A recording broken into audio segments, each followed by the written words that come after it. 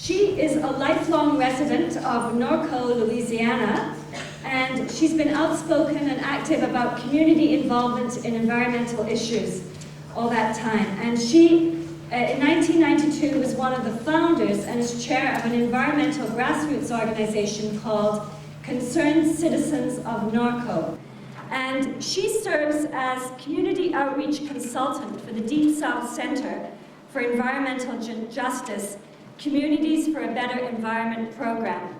And last year she had an opportunity to speak in Geneva at the United Nations to a commission on human rights and discussed putting an end to environmental racism and toxic dumping.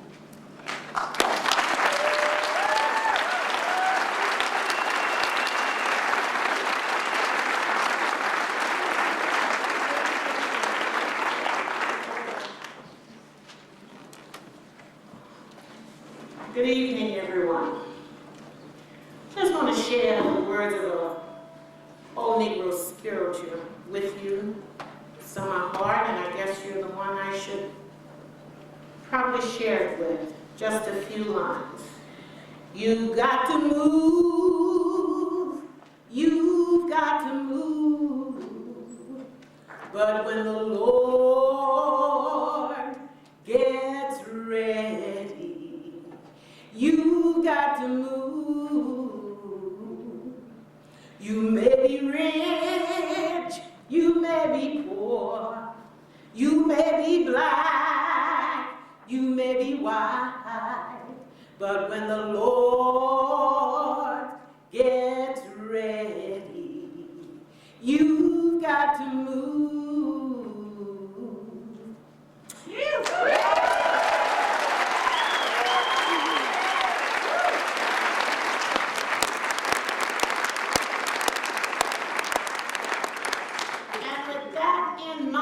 Throughout the entire presentation that I'm going to share with you, just remember that we can only move when something moves within inside of you. And that's my reason for being a person who will tell it to the world that God made us in His image. And if we're in His image, that means that I have a mind, a body, and a soul. And guess what? You do too.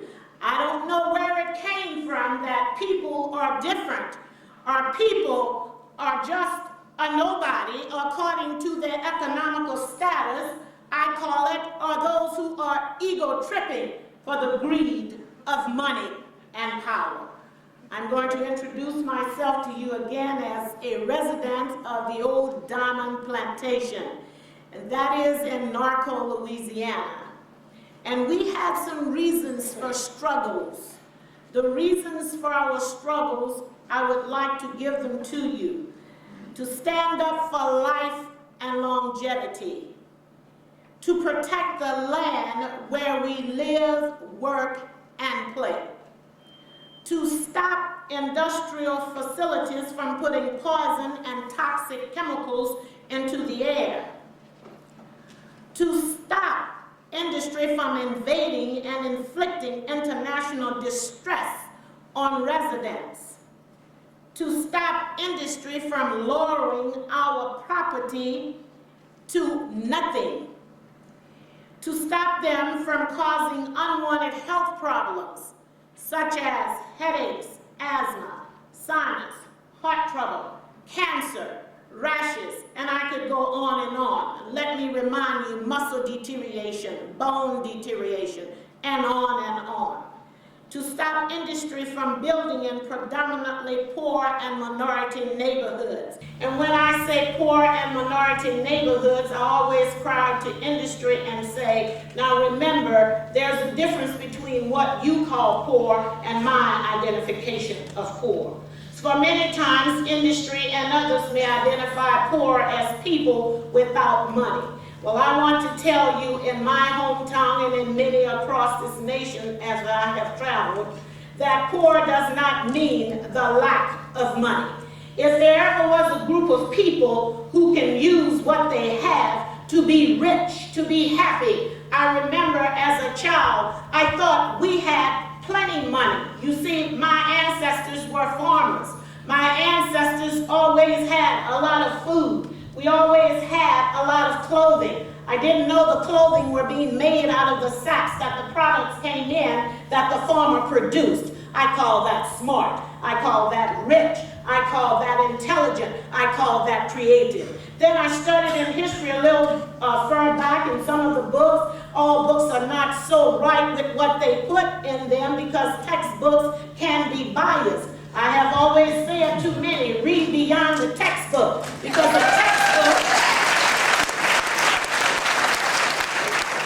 textbook will mess up your mind.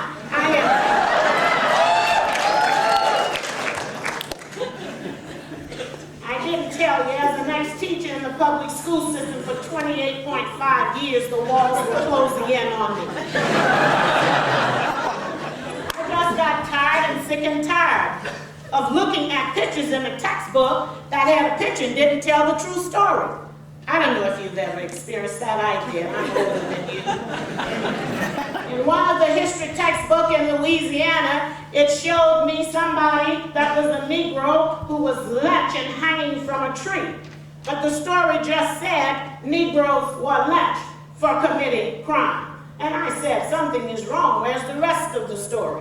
And then I looked again in the American history book, and they had the indigenous people, we call them Indians, in the front of the book, who were scalping somebody. And I said, gee whiz, look at this. Somebody missed the story. Nobody never did tell the fullness that George Washington, at the age of 19, didn't even know how to survive in the country of America because of the swamp land and the mosquitoes.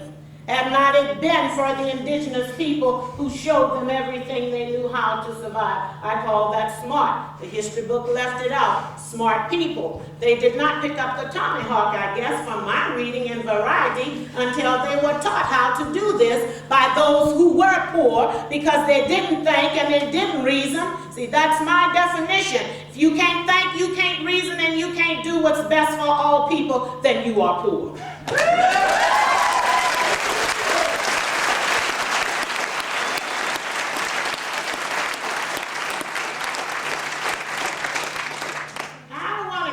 Too much of the time here because, see, my brain starts clicking and ticking. And it's like the computer always tells the most amazing thing about all human beings is the brains.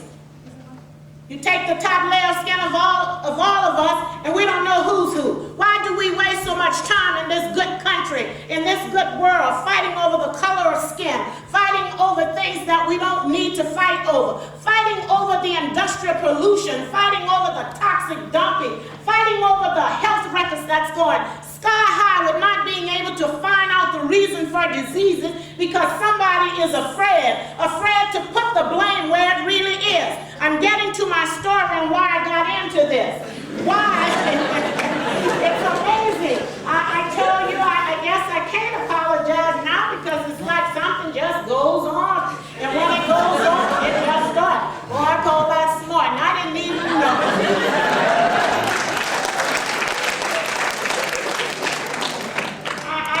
Notes written down here, and I'm going to tell you. I had a sister. Her name was Naomi Sterling. She was 43 years old. I watched her die. It took 10 years. She was my only sister. My mom had 2 children. This is part of my story, and this is part of why I do what I do. If the tears should come, forgive me, but that's how I feel, because when you lose somebody that's dear to you, as long as you're alive, you get better with the way you handle it, but you won't forget it. And that's why sometimes I can tell it and sometimes I can't without shedding the tears. But the reason I decided that I would never keep my mouth closed again unless God closed it, for speaking out for what's right versus what is wrong, what is just versus what is unjust, what is righteous and what is honest versus what is false, what is stealing. And it goes back to the point I always ask industrial facilities, who's the thief? Is it the people who can't do much because they are oppressed and depressed by your greed for power and your greed for money? Oh, how it hurts my heart to see us following a pattern that has been written in many history books, and the best book of all. If you steal, you lie, you cheat, you kill, you're going to reap what you sow, and there's a principle. What goes around, come around. Don't experience it to believe it. And I still stand firm on that. Just as you go on killing people, regardless to what they are, who they are, then somebody in return is going to let it happen to you. My sister died from a disease called sarcoidosis. How many of you have heard of that disease? Not too many. Now, you must excuse me if it sounds like I'm repeating myself, but see, I call that poor for people who have engineers, chemists, doctors, and always the simplicity of what it takes to solve problems. It seems like we go around the bush, we go over the mountain, and then we come back and find there's a shorter road. There was one doctor from the country of India who came to America. And out of all the technological hospitals we had, for 8 years, my sister was just going as if she had a common allergy. It was diagnosed as just an allergy. It was diagnosed as sinus. It was diagnosed, they thought, as tuberculosis, but then that was ruled out. And then finally, they put her on an antibiotic. And the antibiotic suppressed the bacteria. And then the bacteria found a hiding place in her lungs. And as it hid in her lungs for a couple of years and then flared up again, when she got around some plants called ligustrum, how many of you know what they are? The little green evergreen trees. I might have the name wrong. They have these little white flowers, make you sneeze. They're all over our state of Louisiana. So what happened, my sister, one day when she went to school, she taught for 20 years in the public school system. She began to sneeze, she began to have a headache, and then she passed out because the vessels in her lungs were popping, and she began to hemorrhage. They rushed her in. This was after 3 years of misdiagnosing the disease. And then that doctor from India said, somebody missed the boat. You have sarcoidosis in the 3rd stage. It comes in 4 stages. Now, she didn't die that year. She and I just did some research. I'm no doctor. She was no doctor. And we found out that the disease comes in 4 stages. And the 1st stage is treatable with prednisone. And the 3rd and 4th stage, there is no cure. You progressively get tired, run down, and then you sleep away. We also found out that it invades the vital organs. That is your heart, your liver, any of the vital organs. So it invaded her lungs. After about 6 more years, I watched her deteriorate. The doctor from India said that if you had been diagnosed, maybe in the 1st stage or part of the 2nd stage, you could have been treated for this disease. However, we found out now there is no cure. Now that's one of the reasons why I became an activist, not as an activist just to be an activist, or just to be somebody running around the country with their head not on right. I won't make another statement. But anyway, that is for life, because you know what I found out in my hometown of Narco, Louisiana, we are embedded by petrochemical plants. Narco is situated about 30-some miles from New Orleans up the Mississippi River in a southeastern direction of the country. And we have over 27 petrochemical plants in St. Charles Parish alone.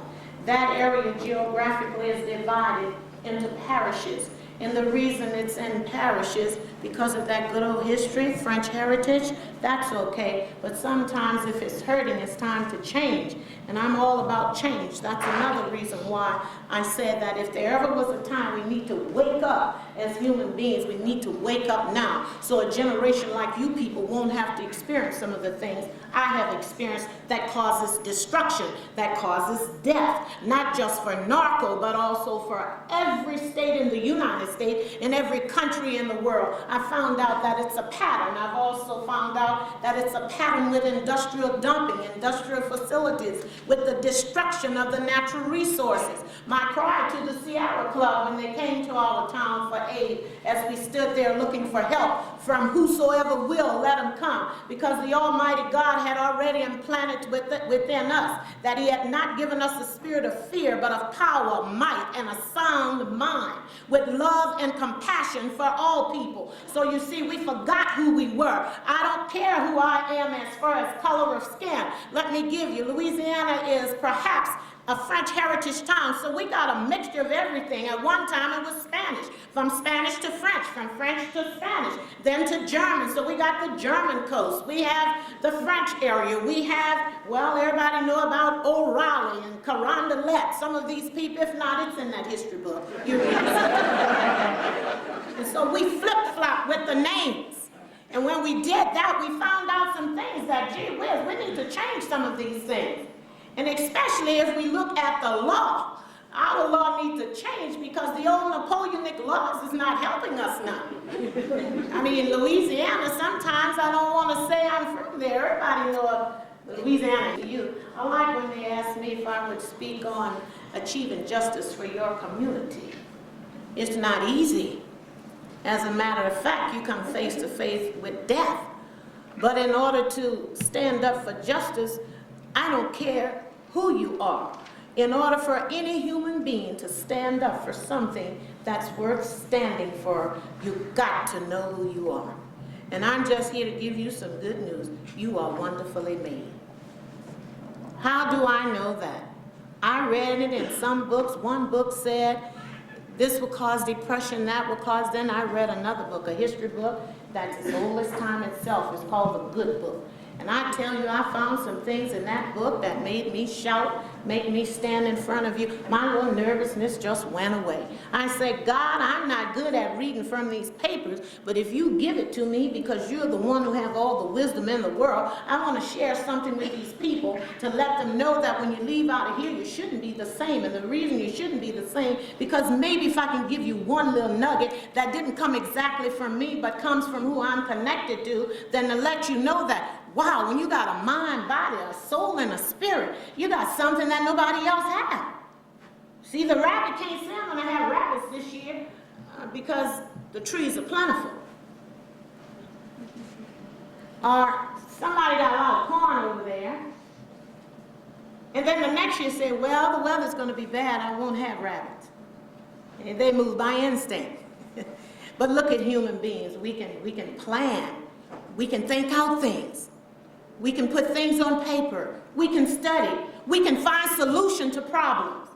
Here's another reason why I started doing what I was doing for Norco, Louisiana, which has moved from my front yard with compassion, and I heard from my sister that I was going to stand up and get equal rights and justice from Shell Chemical Plant, who's right in front of me. But what really happened was I didn't move from there. What I did, I said, God, somebody else had these allergies. I had them. Then a whole town. Time sure runs out fast. If she put the overhead on while she's doing that, let me see if I can wrap this up and give you some little nuggets here that I don't want to continue living and not see changes. I've already seen some. From what I've told you, Norco is a little town that's sandwiched between. Now, can you see those arrows there? You see where Shell Chemical Plant is? Now, with the lights on, I'm not too good without my glasses. But can you see the arrow that says Shell Chemical Plant and where it goes down? You see right here? All right, now I want you to kind of like look close, and then we see Shell Oil Company. See where it is right there? And here goes the chemical plant here. You see between my short fingers? Between here, we're sandwiched. You can turn it off. That's enough for you to see. That's the geographical setting. All those other things are companies, industrial companies, pollution everywhere. We're sandwiched between two plants. The refinery on one side, the east side, and then the chemical plant on the west. So we're in the middle. So when I get up in the morning and go out my front door, then I'm looking at, I have some pictures on the table out there. Some of that stuff is stapled to the table, taped, but the others you can take them. When I look out of my front door, I'm looking at the construction of the noise where they wash the cars, and then right over where the end of this wall is a tall flare. Now the flare, the smoke, the emission that comes from the flare, we have fugitive emissions, and then we have emission that is from the broken pipes, the rusty pipes. And in that area in 1972, one of my ex-students was cutting grass in his yard right across the street. I live 17 feet away from the chemical plant fence line. What happened, the young boy was cutting grass, the lawnmower hit a pipeline, it ignited and blew the house apart. The old lady, 72, died, and then he ran across the street with the lawnmower. He was on fire, and he was burning. So he turned the water on to get relief. We saw this. So therefore, he dropped on the ground in the yard. We have 4 streets in that area: Washington, Cathy, Diamond, and East. That's 4 African-American streets. I need another hour to give you the other side. Maybe someday we'll meet and I'll tell you the rest. But I want to tell you this. The reason we are where we are now is because of just what you're doing here, listening, hearing, collecting information. Have compassion for people. Have a heartbeat for life. Once life is gone, that's it. Now, if you believe like I believe, you'll see them on the other side made whole. Because I am a Jesus person. I believe in Jesus Christ, death, burial, and resurrection. If not, I guess I wouldn't even be taking a stand anywhere, because that means after I'm dead, I'm gone. But because I believe in the Christianity concept, then I can do what I do because He gives me the inspiration to move on to help people. And I stood up for that. And because I stood up for it, not just me, our organization is small. They're always accusing us of attacking industry. How could we attack industry and there's only about 10 of us?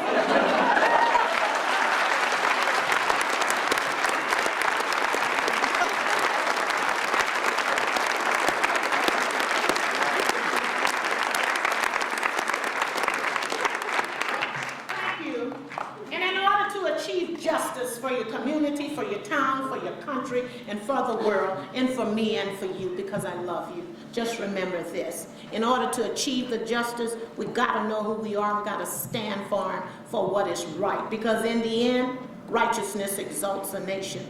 And I said to industry long ago, this is no threat. I don't want nobody suing me. I tell them all the time, it takes one touch from the master's hand. If you don't get your act together, because God ordained leadership, do what's right for people, pack fair. We on the way, we negotiating now to get a buyout properly, because they stole my ancestors' property. And we're not letting them steal our property. So they're meeting with us now. We're not where we were, we're not where we should be. But this is not just for me, it's for all people. So stand up for what you believe in and press toward the mark of a high calling.